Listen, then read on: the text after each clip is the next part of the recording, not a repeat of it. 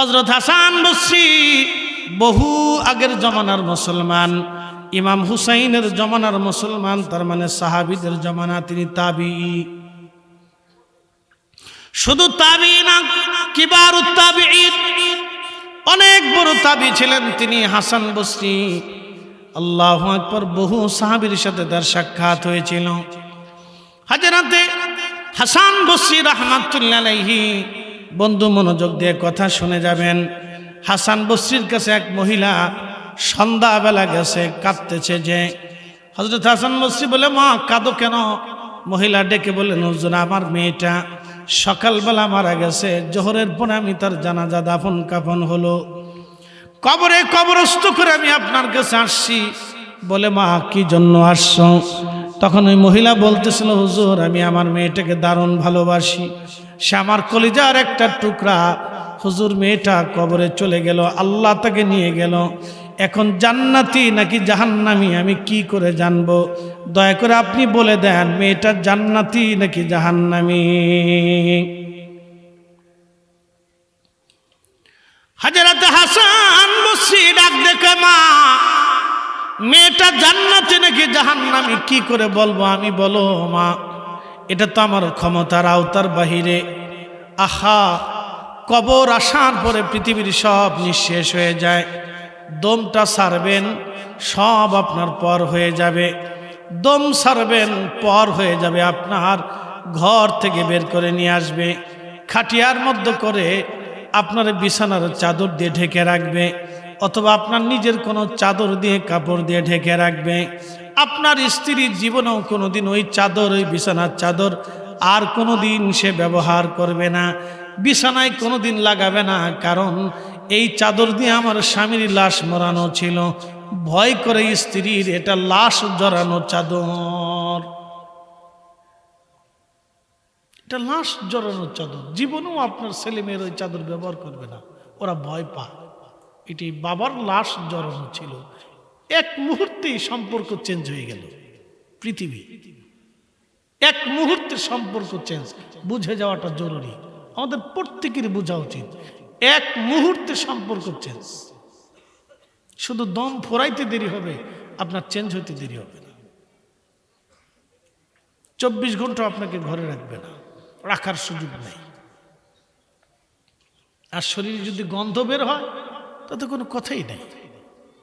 আহা, আপনাকে দ্রুত গতিতে কবরস্থ করার জন্য সবাই ব্যতিব্যস্ত হবে, সবাই চিন্তা, তাড়াতাড়ি দাও, তাড়াতাড়ি দাও, তাড়াতাড়ি দাও। কুল ইন্নাল মাউতাল্লাযী তাফিরুনা মিনহু ফাইন্নাহু মুলাকীকুম। হুজুর বলে দেন, নবীজি বলে দেন, বলে দেন, বলে দেন, মৃত্যু থেকে আমার বান্দারা পালায়।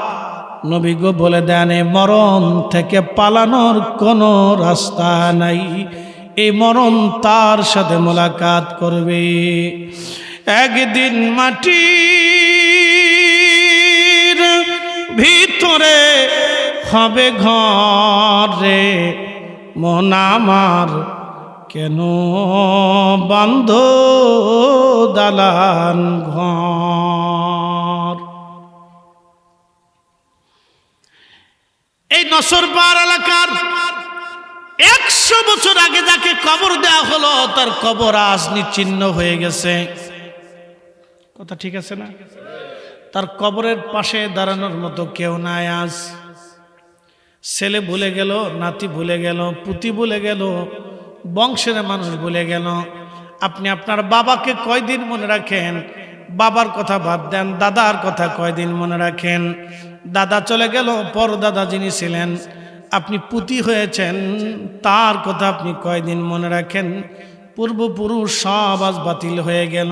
ঠিক মনে রাখবেন, 100 বছর পরে আমাদের অস্তিত্ব পৃথিবী থেকে বিলীন হয়ে যাবে, আমাদের কবরের পাশেও দাঁড়ানোর মতো কোনো মানুষ থাকবে না। চির সত্য। আহা, আমরা এটাকে নিয়ে পারাপারি, মারামারি, কাটাকাটি, গুতাগুতি, লাফালাফি কত কিছু করতেছি। বরুড়ার মুসলমান, মৃত্যু থেকে মানুষ পালায়, মরণ থেকে পালানোর কোনো রাস্তা নাই।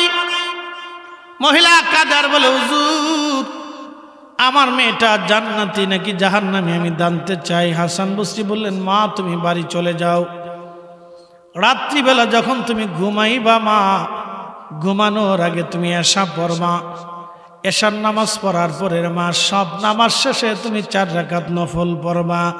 আর নওয়াফেল অতিরিক্ত, নওয়াফেল অতিরিক্ত, এই অতিরিক্ত ইবাদতকে আমরা বেদাত বানিয়েছি, এই অতিরিক্ত ইবাদতকে আমরা বেদাত বলে বন্ধ করে দিচ্ছি। নবীর দুরূদ সালাম পড়া অতিরিক্ত, কোরআন খতম দেওয়া অতিরিক্ত, কালেমা শরীফ তেলাওয়াত করা অতিরিক্ত, এগুলি নওয়াফেল। আর নওয়াফেল আর নওয়াফেল অতিরিক্ত অতিরিক্ত ইবাদত ফতোয়া দিয়ে দিয়ে এই অতিরিক্ত ইবাদত আমরা বন্ধ করে দিলাম। অতিরিক্ত ইবাদতগুলি বন্ধ করে দিচ্ছে আজকে। এ নসরবারবাসী, হাসান বসরি ডাক দেখে মা রাত্রিবেলা যাই এশার নামাজ পড়ে 4 রাকাত নামাজ পড়বা তুমি। প্রথম রাকাতে সূরা ফাতিহার পরে সূরা তাকাসুর, আল্লাহাকুমুত তাকাসুর হাত্তা যুরতুমুল মাকাবির, কাল্লা সাউফা তা'লামুনা সুম্মা কাল্লা সাউফা তা'লামুনা কাল্লা লাউ তা'লামুনা ইলমাল ইয়াকিন লাতারাবুন্নাল জাহিম।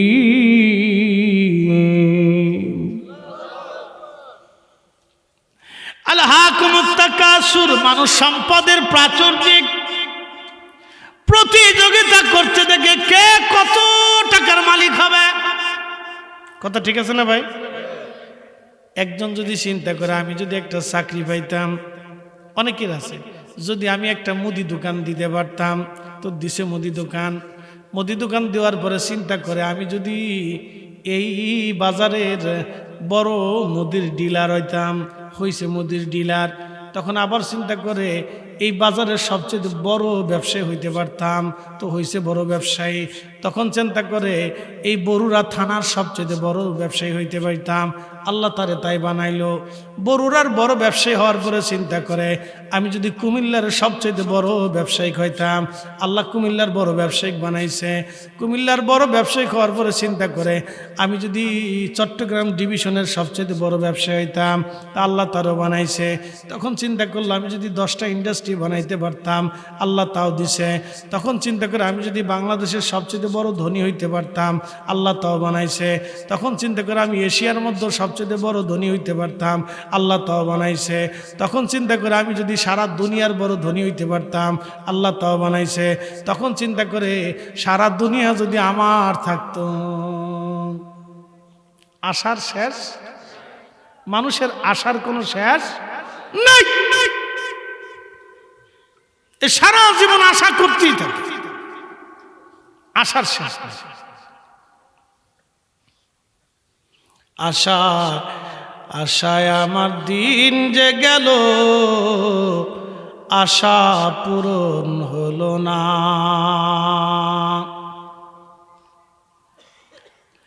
মানুষের জীবনের আশার শেষ হয় না, এই জন্য আল্লাহ বলেন আলহাকুমুত তাকাসুর। মানুষ সম্পদের সাথে প্রতিযোগিতা করে কত সম্পদ বাড়াইতে পারবে, কত কত দুনিয়া নিতে পারবে, দুনিয়ার জন্য প্রতিযোগিতা করে, কিন্তু আখিরাতের জন্য প্রতিযোগিতা করে না। হাত্তা যুরতুমুল মাকাবির, কোন দিন পর্যন্ত করবে? কবর, কবর পর্যন্ত হবে, এরপরে আর সুযোগ নাই। জিন্দেগি তোর যাইরে ফাঁকি দিয়া রে সোনার আদম, জিন্দেগি তোর যাই ফাঁকি দিয়া। ও আদম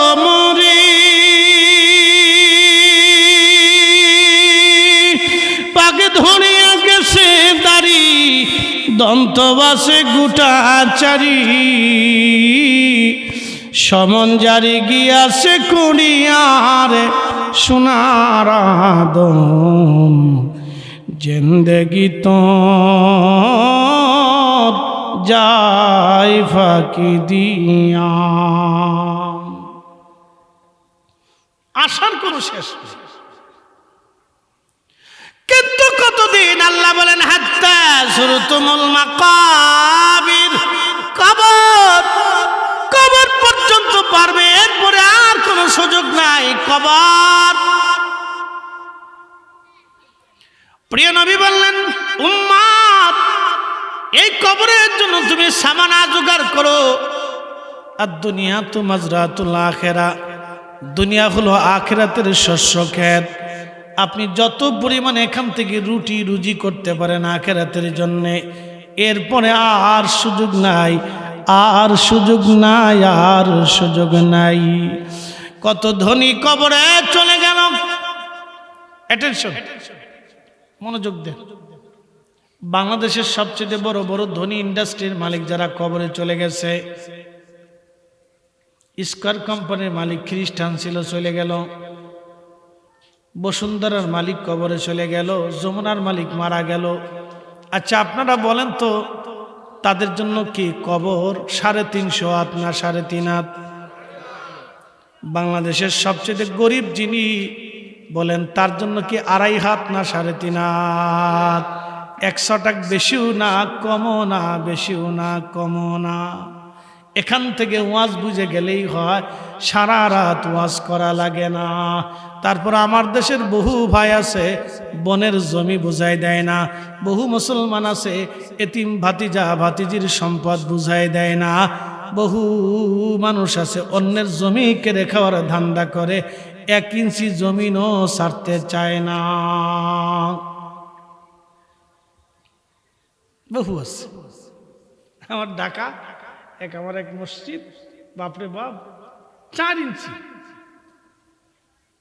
মসজিদের ওনার জায়গার ভিতরে চলে গেলে সাল্লটা বেড়া বলে না 1 ইঞ্চিও ছাড়া যাবে না। আল্লাহর ঘরের জন্য 4 ইঞ্চি জায়গা ছাড়ে নেই। আপনি জানেন মানুষের হৃদয় কত কঠিন।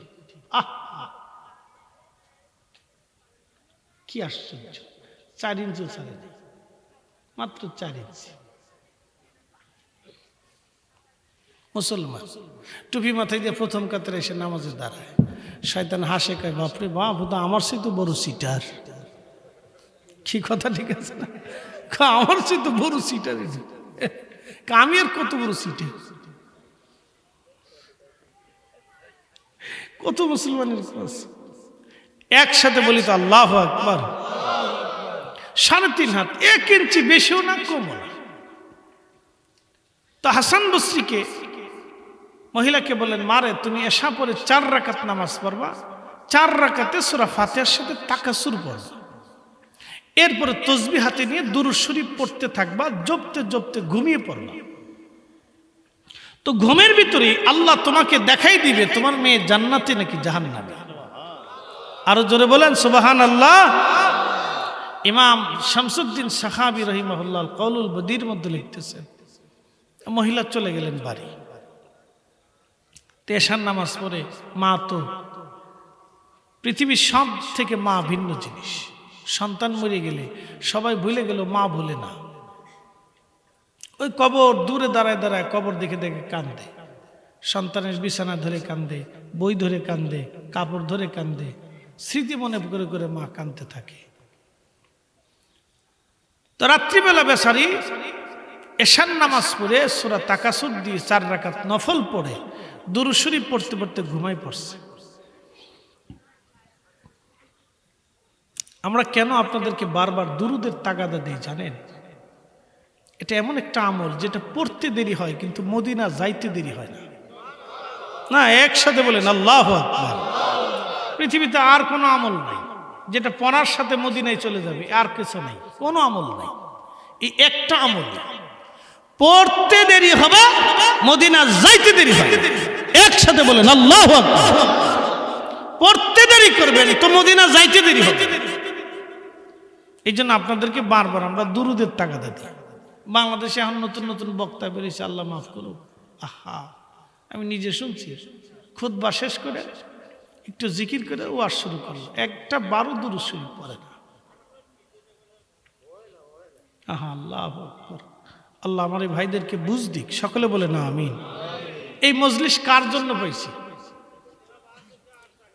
আমার দিকে এই মজলিস আমরা কার জন্য পাইছি? আল্লাহ কি আইসা আমরা মজলিস বানাই দিয়ে গেছে? আল্লাহ কি হাতে ধরে আবু বকরকে মুসলমান বানাইছে? আবু বকর কি আগে আল্লাহ দেখেছে? হযরত আবু বকর আগে রসুল দেখেছে। যত সাহাবী ছিলেন, 1.5 লক্ষ সাহাবী, কেউ আগে আল্লাহ দেখে নাই, আগে রসুল দেখেছে। রসুল, তারা রসুল দেখে আল্লাহ চিনেছে, রসুল দেখে কোরআন বুঝেছে, রসুল দেখে দ্বীন মেনেছে, রসুল দেখে হাসর বুঝেছে, রসুল দেখে কবর চিনেছে, রসুল দেখে ফেরেশতা চিনেছে, রসুল দেখে জান্নাত জাহান্নাম বিশ্বাস করেছে, রসুল দেখে আল্লাহর একত্ববাদকে মেনে নিয়েছে। তারা কেউ আগে আল্লাহ দেখেনি, আল্লাহ আগে তারা রসুল দেখছে। আজকের এই মজলিস রসুলের কারণে, আজকের যত মসজিদ সব রসুলের কারণে, আজকের এই কালেমা রসুলের কারণে, আজকে আমরা দিন পেয়েছি রসুলের কারণে। আপনি তার দুরূদ ভুলে গেলেন, এর চেয়ে নাফরমান পৃথিবীতে কি হতে পারে? হ্যাঁ, আবার বেদাতের ফতোয়া দেয়। লজ্জা করে না? লজ্জা করা উচিত, শরম করা উচিত। তার দুরূদ এই জমিনে চলবে না তো কারটা চলবে? আল্লাহ নিজে চালু রেখেছে, চালু রাখতে আল্লাহ হুকুম করেছেন। যেখানে কোরআন হুকুম করতেছে সেখানে আমি নিষেধ করার কি প্রশ্ন আসে না ভাই? যেখানে কোরআন হুকুম করতেছে সেখানে আমি নিষেধ করার কি? বড় আশ্চর্য। তো মহিলা রাত্রিবেলা দুরূদ শরীফ পড়তে পড়তে ঘুমিয়ে পড়ছে। স্বপ্নে দেখে তার মেয়েটা জাহান্নামের কঠিন লেলিহানের ভিতরে আল্লাহ তাকে শাস্তি দিতেছে। আহা, আগের যুগের নারীরা তাহাজ্জুদও ছাড়তো না, আর এখনকার যুগের নারীরা 6 মাসে ওযু করে না। কি কথা কর না কেন? জোরে বলে। বহু মেয়ে আছে, বহু মেয়ে এই কুমিল্লার জেলার ভিতরে বহু মেয়ে আছে 6 মাসে ওযু করে না। নামাজ তো পরের কথা, ওযুটা করে না। প্রিয় উপস্থিতি, মনোযোগ দিবেন। সেই যুগের নারী জাহান্নামের আগুনের মধ্যে পড়ে গেল, আল্লাহ থেকে শাস্তির আওতার মধ্যে নিয়ে আসছে। মা স্বপ্ন দেখার পরে মেয়েটা কাঁদে, ও মা, আল্লাহ আমার জাহান্নাম দিয়ে দিছে মা, বড় কষ্টের মধ্যে আছি রে মা, বড় কঠিন মুসিবতের মধ্যে পড়ে গেছি মা, মা তুমি আমার উদ্ধার করো, ব্যবস্থা করো মা। মেয়েটা লেলিহান আগুনের মধ্যে পুরে পুরে কাঁদে। মা পাগল পরা হয়ে গেলেন, স্বপ্ন দেখ ভেঙে গেল। ঘুম থেকে উঠে সকালবেলা ওই মেয়েটা, মহিলাটা চলে আসছে ফজর নামাজ পড়ে। হাসান বসরির বরগাহে খানকা এসে বললেন, হুজুর রাত্রিবেলা আল্লাহ আমার স্বপ্ন দেখাইছে, আমার মেয়েটা কঠিন লেলিহান শিখার মধ্যে কষ্টে জ্বলতেছে। হুজুর এখন আমি কি করব? হাসান বসরি, হযরত হাসান বসরি মেয়েটা মহিলাকে বললেন, মা রে, আপনি বাড়ি চলে যান, আপনার মেয়ের জন্য বেশি বেশি সদকা দেন, বেশি বেশি দোয়া করেন, বেশি বেশি দান করেন, যদি আল্লাহ তাকে মাফ করে দেয়। বেশি বেশি দোয়া করেন। প্রিয় নবীজি কবরের পাশ দিয়ে যাচ্ছে, সহিহ বুখারীর হাদিস।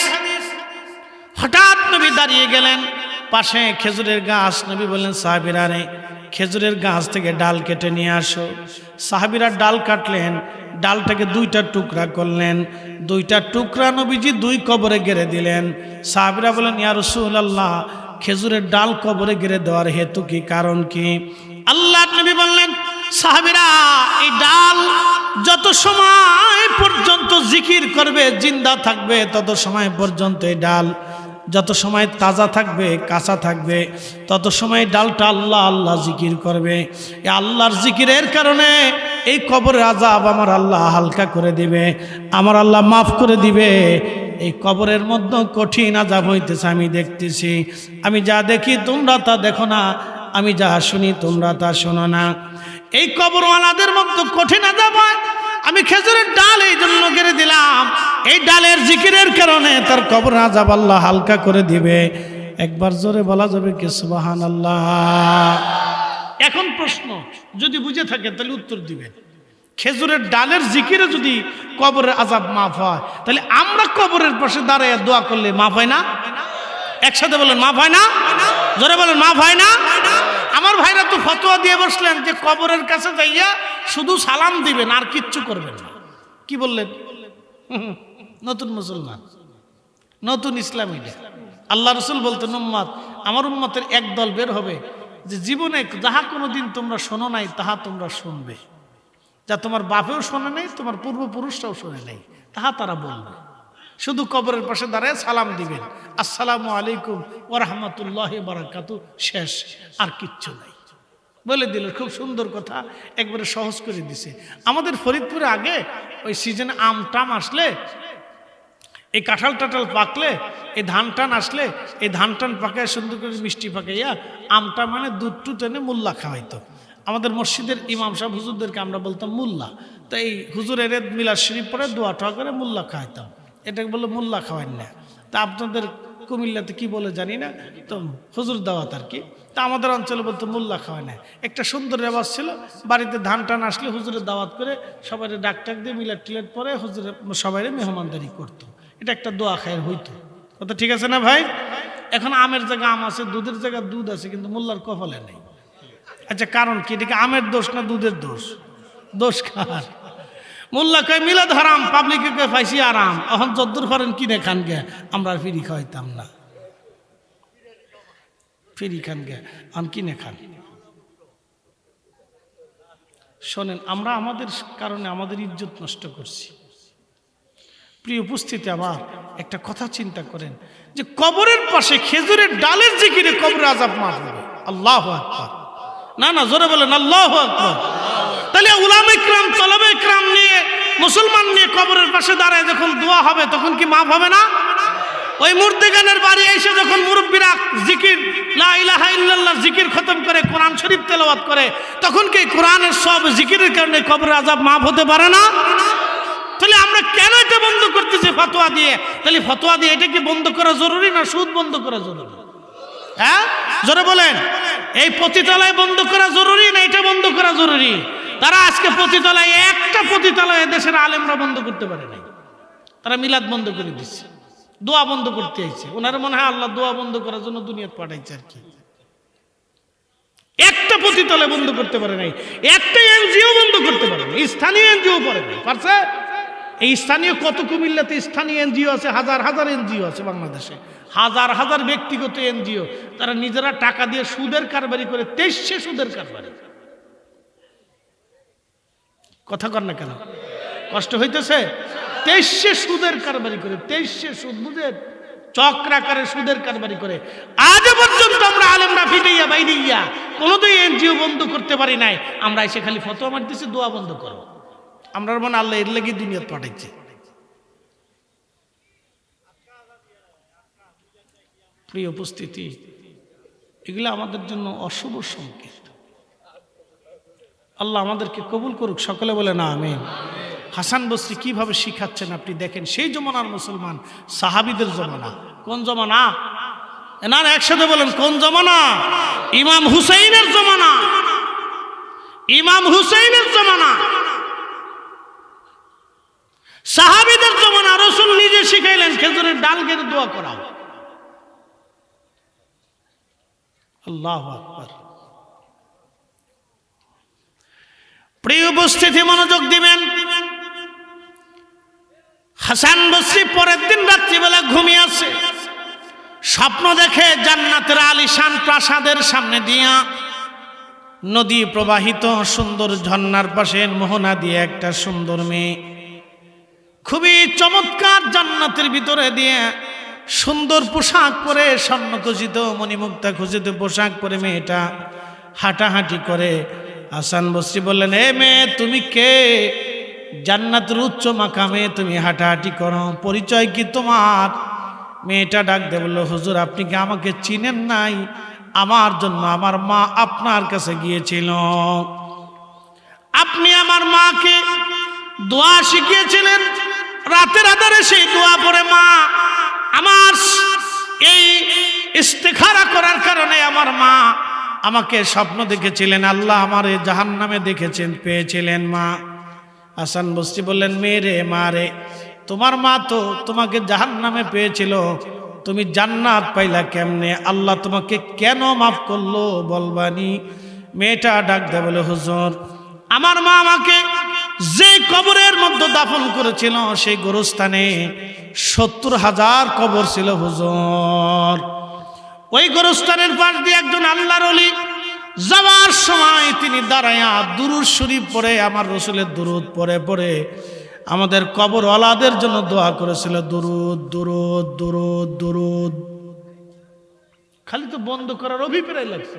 সুদ বন্ধ করতে পারে না, ঘুষ বন্ধ করতে পারে না, পতিতলে বন্ধ করতে পারে না, বেহাপনা বন্ধ করতে পারে না, কনসার্ট বন্ধ করতে পারে না, কিচ্ছু বন্ধ করতে পারে না, খালি দোয়া বন্ধ করো, দুরূদ বন্ধ করো।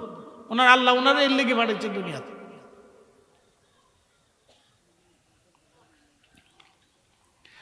হযরত হাসান বসরি রাহিমাহুল্লাহ ডাক দিয়ে বলতেছে, মা কিসের কারণে আল্লাহ মাফ করছে বলবানি? হাসান বসরি রাহমাতুল্লাহ আলাইহি বললেন, মেয়েটা বলতেছে, হুজুর আল্লাহর একজন ওলি ওই কবরের পাশ দিয়ে যাওয়ার সময় অধিক পরিমাণে দুরূদ শরীফ পড়ে আমাদের জন্য কবর জিয়ারত করে দোয়া করে গিয়েছিল। আল্লাহ ওই দুরূদের উসিলায় আমাদের ৭০,০০০ কবরের সমস্ত কবরওয়ালাদেরকে আল্লাহ মাফ করে দিয়ে আল্লাহর দয়ার কারণে আমাদেরকে জান্নাতি বানায় দিয়েছে। এই প্রতিটা নারী কাস্টমারের জন্য বসে দিচ্ছে। তো দেখতেছে আরব তো শুষ্ক আবহাওয়া, প্রচন্ড গরমে আর শুষ্ক আবহাওয়ার কারণে মানুষের কলিজা পর্যন্ত শুকায় আসে। একটা কুকুর হাঁপাইতেছে, পানির খুব তৃষ্ণায় তার জিহ্বা বেরিয়ে খুব কষ্ট ভোগ করতেছে। মহিলার মনে খুব মায়া লাগলো। রসুল সহিহ বুখারীতে বলতেছেন, ও আমার উম্মত, সেই মহিলা নিজের পায়ের মোজা, চামড়ার মোজা খুলে রশি বেঁধে কুয়ার নিচ থেকে পানি উঠাইয়া ওই কুকুরকে পানি পান করাইল। কুকুরকে পানি পান করানোর কারণে আল্লাহর বড় দয়া লেগে গেল। আল্লাহু আকবার। দয়া লাগছে কার? আল্লাহর নবী বলতেছেন, তার জীবনের সমস্ত পতিতাবৃত্তির গুনাহকে মাফ করে আল্লাহ তাকে বেহেশত দিয়ে দিবে। মাফ করছে কে? আল্লাহ রিজিকেন তুমি মাফ করলে কে? আল্লাহ আমাদেরকে একটা সুসংবাদ দিয়ে রাখছে। কি? قُلْ يَا عِبَادِيَ الَّذِينَ أَسْرَفُوا عَلَى أَنفُسِهِمْ لَا تَقْنَطُوا مِنْ رَحْمَةِ اللَّهِ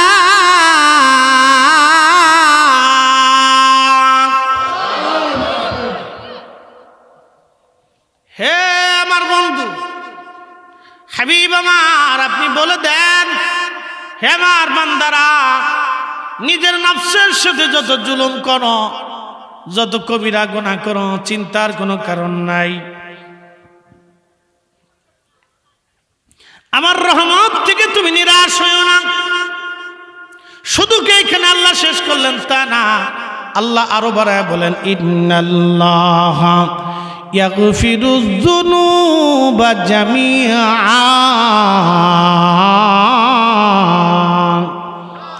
কখনো তোমাকে যদি ভুলি,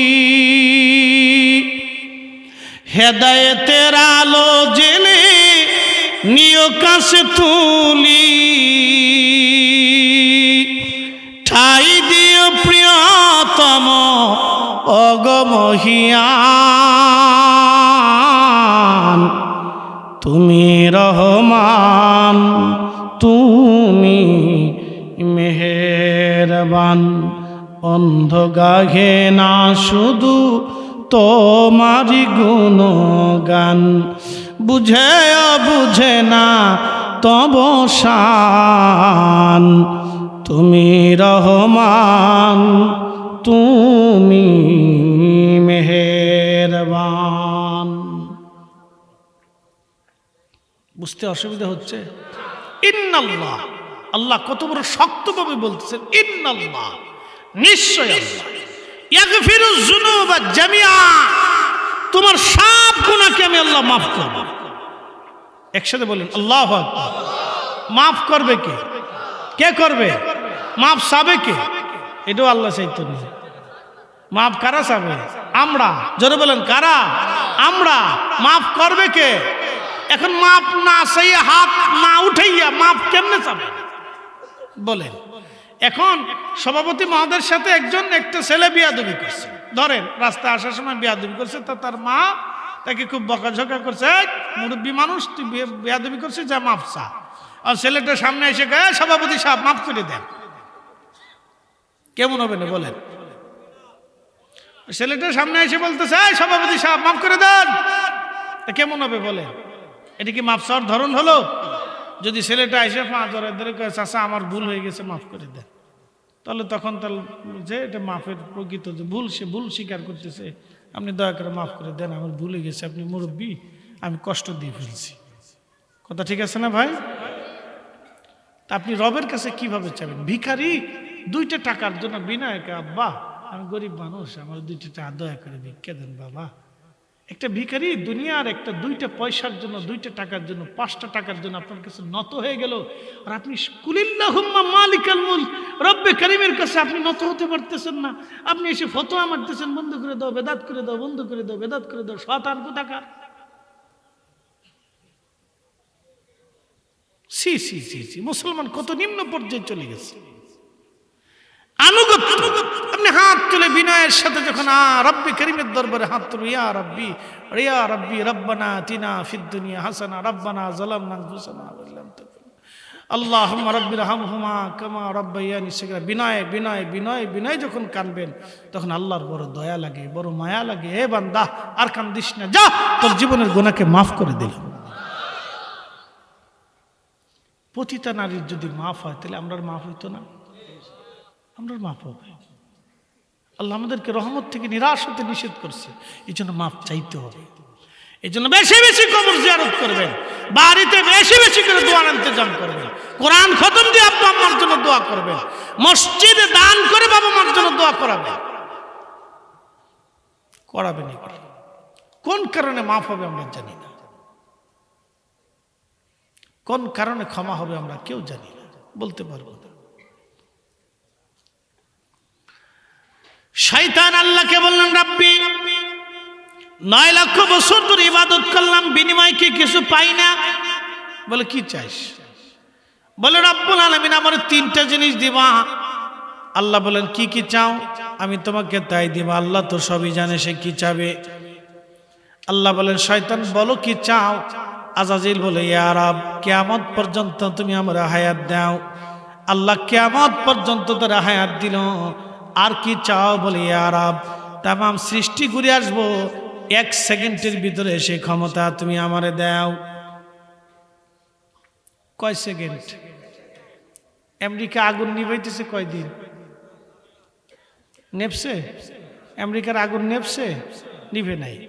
তার জীবনের আমেরিকার সর্বশক্তি প্রয়োগ করছে, তার শক্তি সব দিয়ে চেষ্টা করতেছে। সমস্ত মেধাবীরা বসে গেছে কিভাবে আগুন নিভানো যায়, তার সমস্ত মেধা ব্যয় করতেছে, কিন্তু আগুন নিভাইতে পারতেছে না। স্মরণকালের ইতিহাসের সেরা দুর্ঘটনায় পড়ছে আমেরিকা। সে গাজা পুরাইছে 1 বছর ধরে, আর আল্লাহ তার লস অ্যাঞ্জেলেস না কি বলে, তার একটা শহর পুরাই দিছে মাত্র 4 দিনে। একসাথে বলবেন আল্লাহু আকবার। বলে হুজুর আপনি কি দুশ্মনের নজরে দেখতেছেন? না, আমি দুশ্মনের নজরে দেখতেছি না, আমি আল্লাহর ইনসাফের নজরে দেখতেছি। কথা ঠিক আছে না ভাই? আল্লাহর ইনসাফের নজরে দেখতেছি। তারা গাজা পুড়িয়ে দিচ্ছে 1 বছরে বোমা মারতে মারতে, আর আল্লাহ কেবল তার একটা শহর পুরাইছে, বাকি এখনো পুড়িয়ে দিচ্ছে। একটা শহর আল্লাহ পুরাই দিচ্ছে, তাতেই কান্নাকাটি শুরু হয়ে গেছে, তাতেই কত কান্নাকাটি। আজকে খবরে দেখলাম একজনের $204 কোটি এক বাড়ি পুড়ে গেছে। $204 কোটি। এবার বাংলাদেশের কত হাজার কোটি হবে হিসাব করেন গেছেন। তাহলে এই বেটা কত বড় ধনী হইতে পারে আপনি বুঝেন। বাংলাদেশের ধনীদেরকে তারা ধনী মনেই করে না। কি কথা খারাপ কইছি ভাই? যার $204 কোটি বাড়ি, সে বাংলাদেশের ধনীরে ধনী মনে করে? ধনী মনে করে না। পুড়ে গেছে, শেষ। তাহলে কি পরিমাণে পুড়ছে আপনি এবার চিন্তা করেন। একসাথে বলবেন আল্লাহু আকবার। এই ইনসাফ কার? দয়া কার? এই শাস্তি কার? আল্লাহর। আল্লাহর শক্তির কাছে সমস্ত শক্তি অসহায়। আল্লাহর মায়ের কাছে সব মায়ের অসহায়। আল্লাহর ক্ষমতার কাছে সব ক্ষমতা অসহায়। এটা আল্লাহ শিক্ষা দিয়ে দিলেন। ভাবতেছেন আপনাদেরকে ছেড়ে দিবে? না। আপনি মুসলমানদের ছেড়ে দিবে? না। আপনি মুসলমান নামাজ পড়েন না, আল্লাহ মাফ করে দিবে? ছেড়ে দিবে না, তা দেবে না। আপনি মুসলমান অন্যায় বিচার করবেন, আল্লাহ ছেড়ে দিবে? তা হবে না।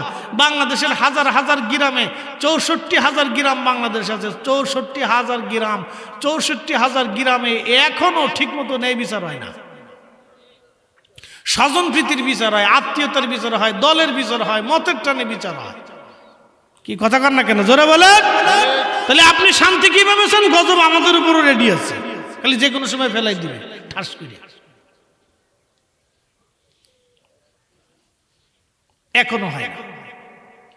আদালতে যাবেন, মামলা একটার পর একটা চলতেছে, বছরের পর বছর ধরে মামলা চলতেছে। আদালতে এটা ঘুরতে ঘুরতে ঘুরতে ঘুরতে বারান্দা দিয়ে দৌড়াইতে দৌড়াইতে যান, শেষ চলতেছে। প্রিয় উপস্থিতি হাজিরিন, ও নবীর উম্মত, কথাগুলি মনোযোগ দিয়ে শোনাটা জরুরি। আমি আপনাদেরকে বোঝাইতে চাচ্ছিলাম, আমরা তো অল্প দিন জন্য দুনিয়াতে আসছি, অল্প দিনের জন্য আবার চলে যাব। তবে আল্লাহর ক্ষমার আশা করেন, কিন্তু ক্ষমা চাইতে হবে। এই জন্য অধিক পরিমাণে রবের কাছে হাত তুলে মাপ চাইতে থাকেন। আল্লাহর নবী বলতেন, উম্মত আমি 70 বার দিনে ইস্তেগফার করি, 70 বার। নবীর জীবনে কোনো গুনাহ ছিল না, তারপর আল্লাহর নবী ইস্তেগফার করে আল্লাহর নৈকট্য নিতেন। আপনি বেশি বেশি আল্লাহর কাছে মাপ চান, বেশি বেশি চান। আল্লাহ ভুল হয়ে গেছে, আল্লাহ ভুল হয়ে গেছে, আল্লাহ ভুল হয়ে গেছে, বেশি বেশি চান। যত বেশি চাবেন তত বেশি মাপ পাবেন। চাবেন না পাবেন না, চাবেন না পাবেন না। এই জন্য অধিক পরিমাণে দোয়া, অধিক পরিমাণে দোয়া। আমি অধিক পরিমাণে দোয়া বাংলাদেশের মধ্যে সিলেটে বেশি বেশি।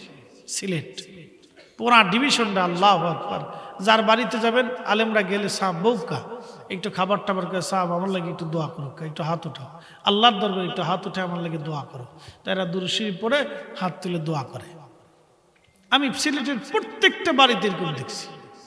যত বাড়িতে দাওয়াত দিছে, খাওয়া শেষ হলে বলছে, সাহেব একটু দোয়া করুক কাছে, সাহেব আমরা লাগে একটু দোয়া করুক কাছে, আল্লাহ আমরা রহমত দেয়, আল্লাহ আমরা মাফ করি দেয়। আমরা যেটা আল্লাহ রহমত দেয়, আল্লাহ আমরা মাফ করি দেয়। সাহেব দোয়া করুক, আমরা লাগে দোয়া করুক। সাহেব ছেলে বীর লন্ডন আছে, মেয়ে লন্ডন আছে, নাতিপুতি লন্ডন আছে, আমরা দোয়া করুক সাহেব দোয়া করে। আর আমরা দোয়া ভুলেই গেছি, মনেই নেই দোয়ার কথা। দোয়া করবে, বেশি বেশি করবে, কোনো বেদাত নাই, ডাহা মিথ্যা কথা, কোনো বেদাত নাই। যত পারেন দোয়া করবে। আচ্ছা, জুল খুয়াইসা তামিমি, মাশাআল্লাহ, এমন একজনের নাম কইছে, নাম তো মারাত্মক নাম, আব্দুল্লাহ ইবনে জুল খুলাইসা আর তামিমি। এটা বড় শয়তান ছিল, মারাত্মক গাজাজিল। আল্লাহর নবী তার ব্যাপারে আজ ভাইটা শুনতে চেয়েছি, একটু শোনাই। আল্লাহ রসুল ইয়ামানের কোন এক যুদ্ধ থেকে গনিমতের মাল নিয়ে আসছে। নিয়ে আসার পরে আল্লাহর নবী গনিমতের মাল বন্টন করতেছে। বুঝার চেষ্টা করে বন্টন করে কে?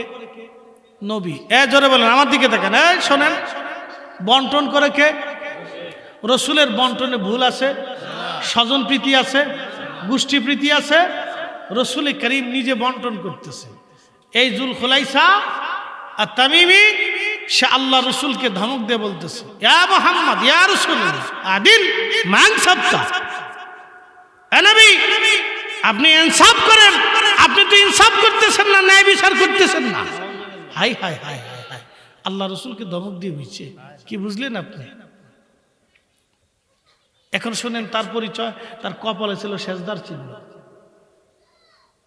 ফরিদি সাহেবের যেরকম পাগড়ি দেখতেছেন, লম্বা সুন্দর, সবসময় পাগড়ি পরে থাকতো, অনেক বড় জুব্বা আল খেল্লা পরে থাকতো।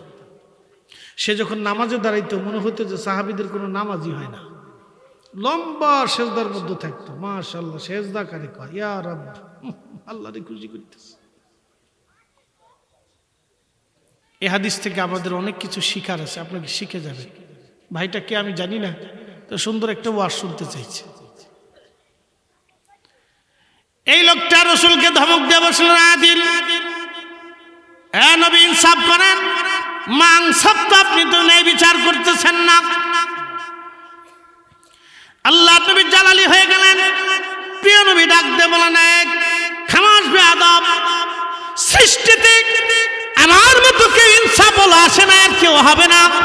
আল্লাহ পৃথিবীতে আমাকে ইনসাফ প্রতিষ্ঠিত করার জন্য পাঠিয়েছেন, আমি দুনিয়াতে ইনসাফ প্রতিষ্ঠিত করার জন্য আসছি। আমার চেয়ে কে ইনসাফ করবে? হযরত ওমর তলোয়ার টেনে বের করলেন, ইয়া রাসূলুল্লাহ আপনি হুকুম দেন, ওর দেহ থেকে মাথা কেটে ফেলে দেব আজ। আল্লাহ নবী বললেন, ওমর তলোয়ার নামাও, তাকে হত্যা করো না।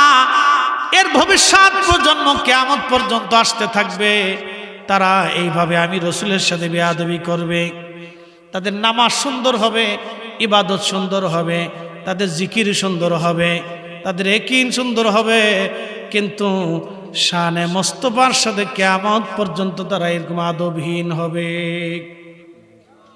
কিয়ামত পর্যন্ত এদের বংশধারা পৃথিবীতে টিকে থাকবে।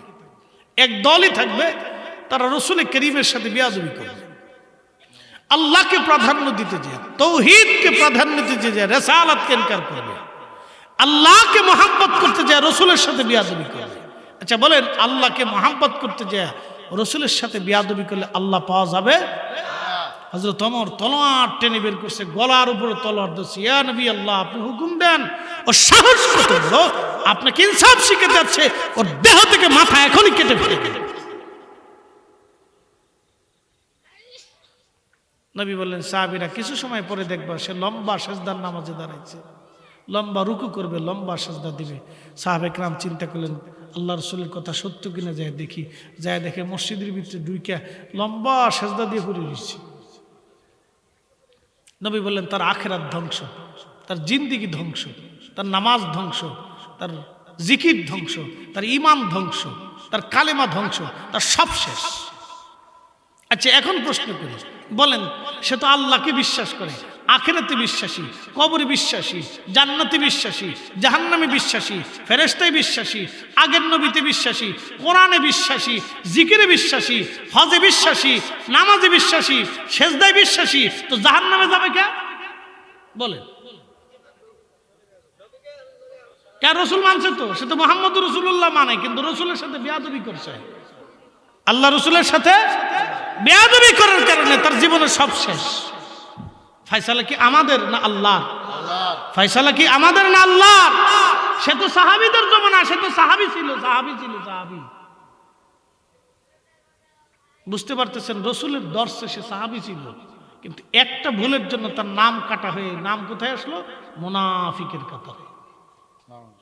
নবী দেখলো, নামাজ পড়লো, রাসূলের পিছনে নামাজ পড়লো, কিন্তু জান্নাত হলো না। আহা কত বড় বদনসিব!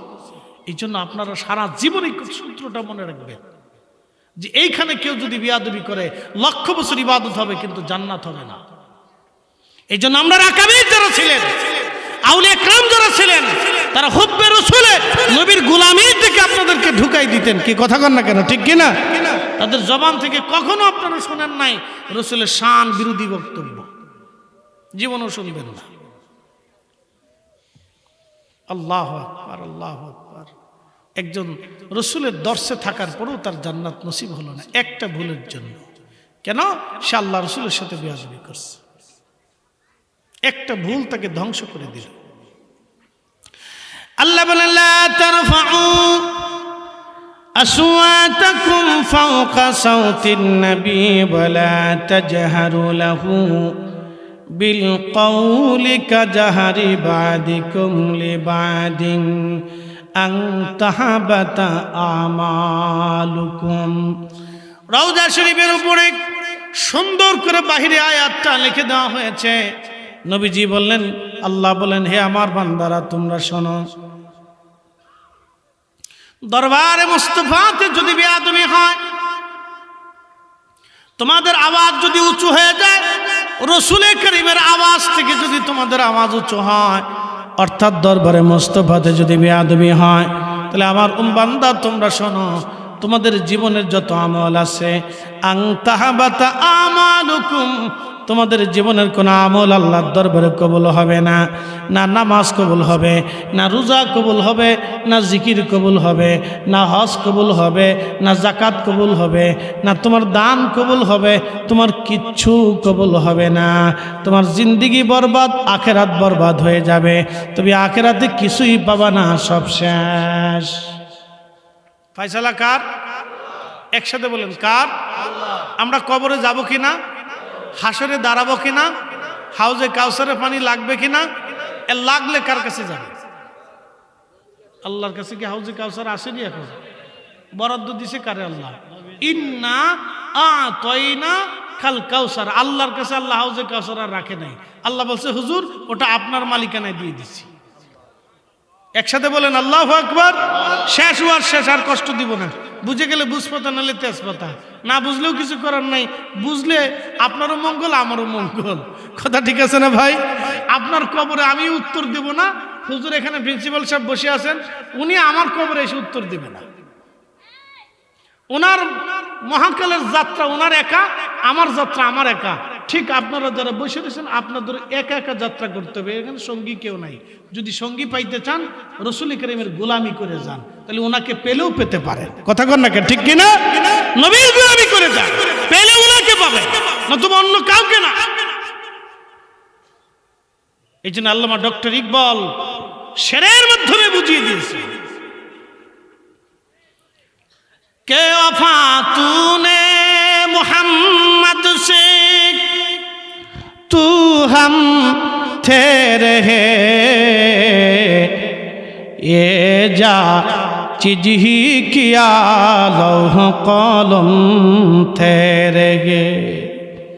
তুমি যদি আমার নবীর ওফাদের গোলাম হতে পারো, তোমার জীবনের সব কিছু দিয়ে যদি তুমি রসুলকে ভালোবাসো, কুল কায়নাত লৌহ কলম আল্লাহ তোমার দিকে ঝুঁকায় দিবে। বাংলার কবি কাজী নজরুল লিখলেন, আল্লাহকে যে পাইতে চায় হযরতকে ভালোবেসে, আরশ কুরসি লৌহ কলম না চাহিতেই পেয়েছে সে। পৃথিবীতে একজন নবীর আশিক ছিলেন, তার নাম হযরত ওয়াসিল কারনী রাদিয়াল্লাহু আনহু। আল্লাহর নবীর বাড়ি এসে কোনোদিন একটা হাদিস তিনি শোনেন নাই, জীবনে কোনোদিন তিনি একটা আয়াত রসুলের দর্শ থেকে কখনো শিখেন নাই, কিন্তু তার প্রশংসা আমার নবী তার নিজের জবান দিয়ে করে গেছেন। একবার জোরে বলা যাবে কে মারহাবা? বুঝতে পারছেন? একটা হাদিস রসুলের দর্শ থেকে কোনোদিন শিখেন নাই। আপনারা যারা এলেমের বড়াই করেন যে আমরা অনেক বড় কিছু শিখে ফেলছি না, হ্যাঁ, বুঝাটা জরুরি। হযরতে ওয়াসিল কারনী একটা আয়াতও কখনো শিখেন না, একটা হাদিসও কোনোদিন শিখেন না। এই ব্যক্তি শ্রেষ্ঠ কেন হল?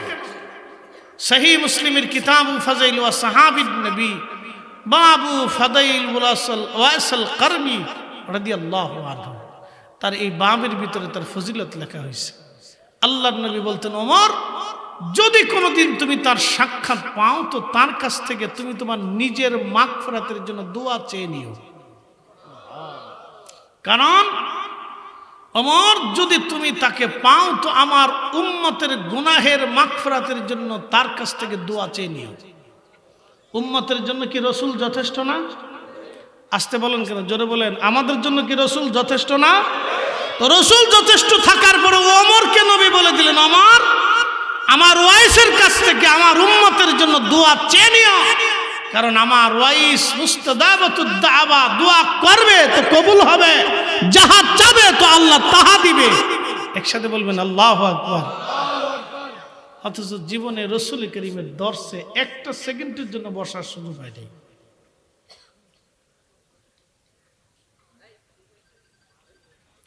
এখান থেকে আমাদের অনেক কিছু শিকার আছে, অনেক কিছু শিকার আছে।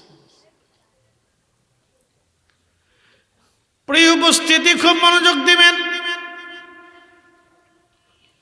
10টা বছর হযরত ওমর এই হাদিস শোনার পরে, প্রিয় নবীর কথা শোনার পরে 10টা বছর ধরে তারে খুঁজলেন, সারা আরবে খোঁজ লাগাইছেন ওয়াইসকে কোথায় পাওয়া যায়।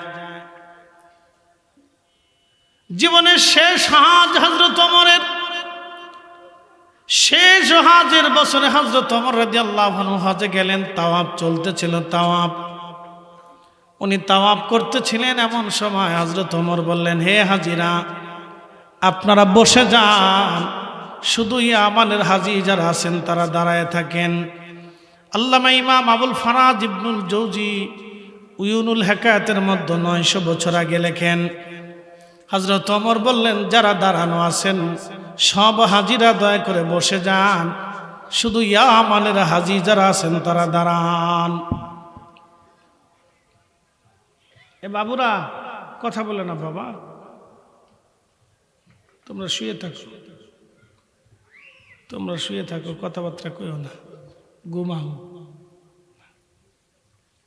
বাচ্চারা মাহফিল আসা বালা, ওরা আসাটা জরুরি, ওরা বসাটাও জরুরি। আমাদের সন্তানদেরকে সাথে করে মসজিদে নেওয়াটা জরুরি। হাতে কলমে প্র্যাকটিক্যাল বাচ্চাদেরকে শিখাইতে হয়। শোনেন, আমাদের এই ঘুণে ধরা সমাজ বাংলাদেশে কেন জানেন? লক্ষ লক্ষ সন্তান রাস্তাঘাটে পাবেন, লক্ষ লক্ষ পাবেন। কিভাবে রাস্তায় চলতে হয়, মানুষের সাথে ব্যবহার করতে হয়, কিভাবে মানুষের সাথে লেনদেন করতে হয়, অনেক মানুষ বুঝেই না, জানেই না। আপনি একটু আমেরিকাতে জানতো, আমরা একটু উন্নত বিশ্বে জানতো, দেখবেন তাদের বাচ্চা আর আমাদের বাচ্চার ভিতর তফাৎ করতে শুধু দেখবেন। আমি বলি এটা ঘুণে ধরার সমাজ। শুধু বাচ্চা জন্ম দেয় কিন্তু মানুষ বানাইতে পারে না, শুধু জন্ম দেয়। আমাদের দেশের কিছু মাও আছে ঘোড়ার ডিম, 6 মাস পর্যন্ত অজুই করেন না, তো নামাজ পড়বে কি? কি কথা কন না কেন? 6 মাস ধরে অজুই করেন, তো নামাজ পড়বে কি? সারা দিন করে থাকে খালি শ্বশুর শাশুড়ি ঝগড়া বাঁধাবে কেমনে, গ্রামবাসীর মধ্যে ঝগড়া কিভাবে হবে, এটা নিয়ে পড়ে থাকে। তাদের মস্তিষ্ক শুধু এটাই, আর অন্য কিছু না। খুব কম, খুব কম পাবেন যে নারীরা বই পড়ে নিজের কাজে ব্যস্ত থাকে, নামাজ কালামে ব্যস্ত থাকে, স্বামী সংসারের চিন্তা করে, খুব কম পাবেন। তো চিন্তা করে শিক্ষা দেখে আমরা কত পিছিয়ে আছি, অথচ আমরা রাসূলের শ্রেষ্ঠ উম্মত, শ্রেষ্ঠ জাতি। কুনতুম খায়রা উম্মাতিন উখরিজাত লিন-নাস, তোমাদেরকে শ্রেষ্ঠত্ব দিয়েছি, তোমরা পৃথিবীর মধ্যে শ্রেষ্ঠ। 2টা কাজ করবা, তা'মুরুনা বিল মারুফ, মানুষকে ভালো কাজের দিকে ডাকো, ও তানহাউনা আনিল মুনকার, খারাপ কাজ থেকে ফিরাও।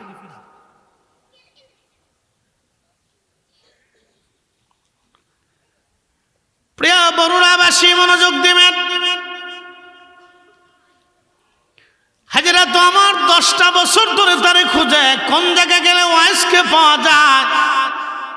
জীবনের শেষ হজ হযরত ওমর দাঁড়িয়ে গেলেন, ইয়ামানের হাজি তোমরা দাঁড়াও, আমার ওয়াইসকে খুঁজতে হবে। সব হাজি বসে গেল, ইয়ামানের হাজি দাঁড়িয়ে আছেন। হযরত ওমর বলেন, ইয়ামানের মধ্যে কর্মী যারা আছো তারা দাঁড়াও, বাকিরা তোমরা বসে পড়ো। সব হাজি বসে গেল, শুধু কর্ণের একজন মানুষ দাঁড়িয়ে আছে। হযরত ওমর বললেন, তুমি কি কার্নি? বলে, হ্যাঁ আমি কার্নের অধিবাসী।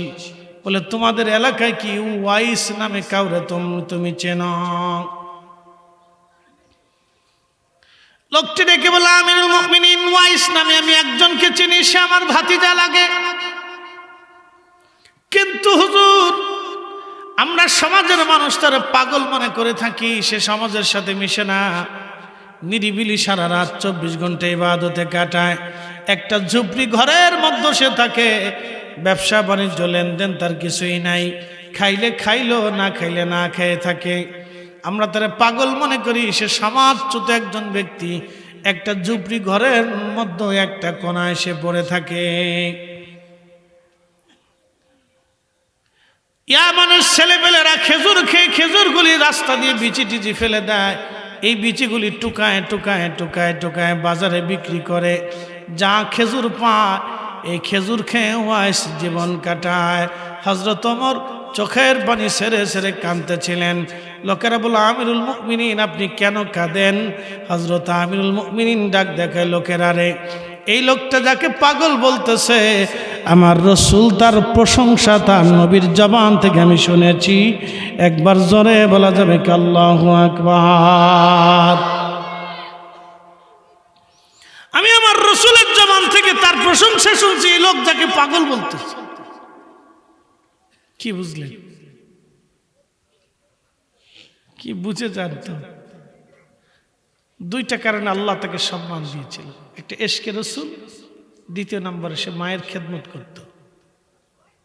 এই আমার দিকে তাকান, 25 বছর একটা মা সন্তানের পিছনে লড়াই করে, 25 বছর পেটে ধারণ থেকে বাচ্চা প্রসব হওয়া থেকে শুরু করে 25 বছর সে প্রতিষ্ঠিত হওয়ার আগ পর্যন্ত তার 3 বেলা রান্না, কাপড় ধোয়া থেকে শুরু করে, তার বিছানা গোছানো থেকে শুরু করে, সে কি খাবে খাবার দেওয়া থেকে শুরু করে, তার ছোট্টকালের পেশাব পায়খানা বাথরুম, তার কাপড় চোপড় লালন পালন থেকে শুরু করে মা 25 বছর পরিশ্রম করে, বিনিময়ে 25 দিনও আপনি করেন নাই। 25 দিনও আপনি মার এইভাবে সেবা করেন নাই, কাপড় ধুয়ে দেন নাই, রান্না করে দেন নাই, খাবার খাওয়াই দেন নাই, মার বিছানা ঠিক করে দেন নাই, মার কাপড় চোপড় পরিষ্কার করে দেন নাই, মার কাপড় ডলায় দেন নাই। 25 বছর মা আপনার পিছনে লাগছে, আপনি 25 দিনও করেন নাই। তো বেহেশত কেমনে পাবেন বলেন? কিয়ামতের ময়দানে যদি মা মামলা করে, কোন রাস্তা দিয়ে পার পাবেন? কোনো রাস্তা নাই। আমাদের গুণেদারের সমাজে একটু দোয়া খায়ের চলতো, তাও এই ফতোয়া মারতে মারতে শেষ করে ফেলছে, ওটা আধা মরা করে ফেলছে। এই কি কথা কর না কেন, জোরে বলেন। একটু মানুষ দোয়া খায়ের করতো, তাও এত ফতোয়া চার পাশে যে এটা আধা মারা করে দিচ্ছে। এই অঞ্চলেই বহু মুসলমান দোয়া করে না, মা মরে গেছে, মারটা মা নিয়ে চলে গেছে, আমি দোয়া করে কি হবে? ফতোয়া মারতে মারতে এটার আধা মারা করে দিচ্ছে। এমনি তো খেদমত নাই মা বাপের, তারপরে আল্লাহ রাসূল বলছে মরে যাওয়ার পরে দোয়া করো বেশি বেশি, এটাও বন্ধ হয়ে গেছে, এটাও বন্ধ হয়ে গেছে। কারণ আমরা বললে বলবে বেদাতি, আমরা বেদাত প্রতিষ্ঠিত করতেছি। আমরা যখন বলবো দোয়ার কথা তখন বলে এটা বেদাত প্রতিষ্ঠিত করতেছে, এটা বেদাতি। আমাদেরকে সে একটা অস্ত্র পাইছে এই মানব সমাজে আমাদেরকে অপমানিত হেই করার জন্য, শুধু বলে বেদাতি। আমরা যখন হক কথা বলবো তখন বলবো বেদাতি, মাজার পূজারি, পীর পূজারি, বেদাতি। এরা বুঝে না কিছু, এরা দিন বুঝে না। আমরা দিন বুঝি না, আমরা ধর্মকর্ম কিচ্ছু বুঝি না। আমরা সারা বছর খালি ঘোড়ার ঘাস কাটছি, কিচ্ছু বুঝি না। কথা বোঝাটা জরুরি প্রিয় ভাই আমার। 25 বছর যে মাটা আপনার পিছনে লেগেছিল, 40 বছর ধরে একটা বাবা তার হাড় ভাঙ্গে খেটে খেটে পরিশ্রম করে তার বৃদ্ধতা এসেছে, চুল পেকে গেছে, দাড়ি পেকে গেছে, শরীর শুকিয়ে গেছে, রক্ত ঠান্ডা হয়ে গেছে, গোশত শুকিয়ে গেছে, চামড়া শুকাইতে শুকাইতে চামড়া ঘুষিয়ে গেছে। ভালো খাইলেও খাইতে পারতো, সন্তানের চিন্তায় ভালো খাই নাই। জমি বিক্রি করলেও করতে পারতো, সন্তানের জন্য জমি বিক্রি করে নাই। বিনিময়ে কি দিছেন? একটা লুঙ্গি কিনে দিতেন, একটা পাঞ্জাবি কিনে দিচ্ছেন, কয়টা খাইতে মন চাই দিচ্ছেন, এই তো শেষ। আর কি করছেন? যেই বাবা আপনাকে হেঁটে হেঁটে হেঁটে হেঁটে পায়ে হেঁটে হাঁটা শিখেছে, কোনোদিন আপনি হাঁটা শিখেছেন? বৃদ্ধতা নিচ্ছেন, পায়খানা পেশাব সাফ করছেন? করেন নাই। তো কি করছেন? রাসূল উম্মত এসে বলেন, ইয়া রাসূলুল্লাহ, বাবা মা মরে গেছে, হক আছে? বলে তুমি যতদিন বেঁচে থাকো ততদিন হক আছে। বলে হুজুর কি কি হক আছে? বলে 1 নম্বর বেশি বেশি করে দোয়া করতে হবে, 2 নম্বর তার আত্মীয় স্বজনের সাথে তোমার সুসম্পর্ক রাখতে হবে। বেশি বেশি দোয়া কেমনে করবেন? স্বপ্নে ঘুমিয়ে ঘুমিয়ে দোয়ার আয়োজন করে দোয়া করতে হবে। যখন দোয়ার আয়োজন করবেন তখনই এই ঘুণে ধরা একদল আসে বলবে এসব বেদাত, বাস আপনাকে বন্ধ করে দিবে, স্টপ, বন্ধ হয়ে গেল। এটা যাতে যাতে মারতে মারতে আধা মারা করে হয়েছে। আর তারা বলে যে আমরা এগুলি প্রতিষ্ঠিত রাখতেছি, আমরা কিছু পেট পূজারি মৌলবী, এই মানুষগুলি আমরা কিছু পয়সা পকেটে পয়সা করে দেয়, পয়সার জন্য এটা জিন্দা রাখি। আর ওনাদের কাছে যখন 1000 2000 টাকা দিয়ে দোয়া চায়, তখন ওনারা হাসি দিয়ে কয় না কি দরকার ছিল। তখন ওনারা টাকা পেলে খুব খুশি হয়ে যায়, আর আমাদের কাছে টাকা দিলে তখন বেদাত হয়ে যায়।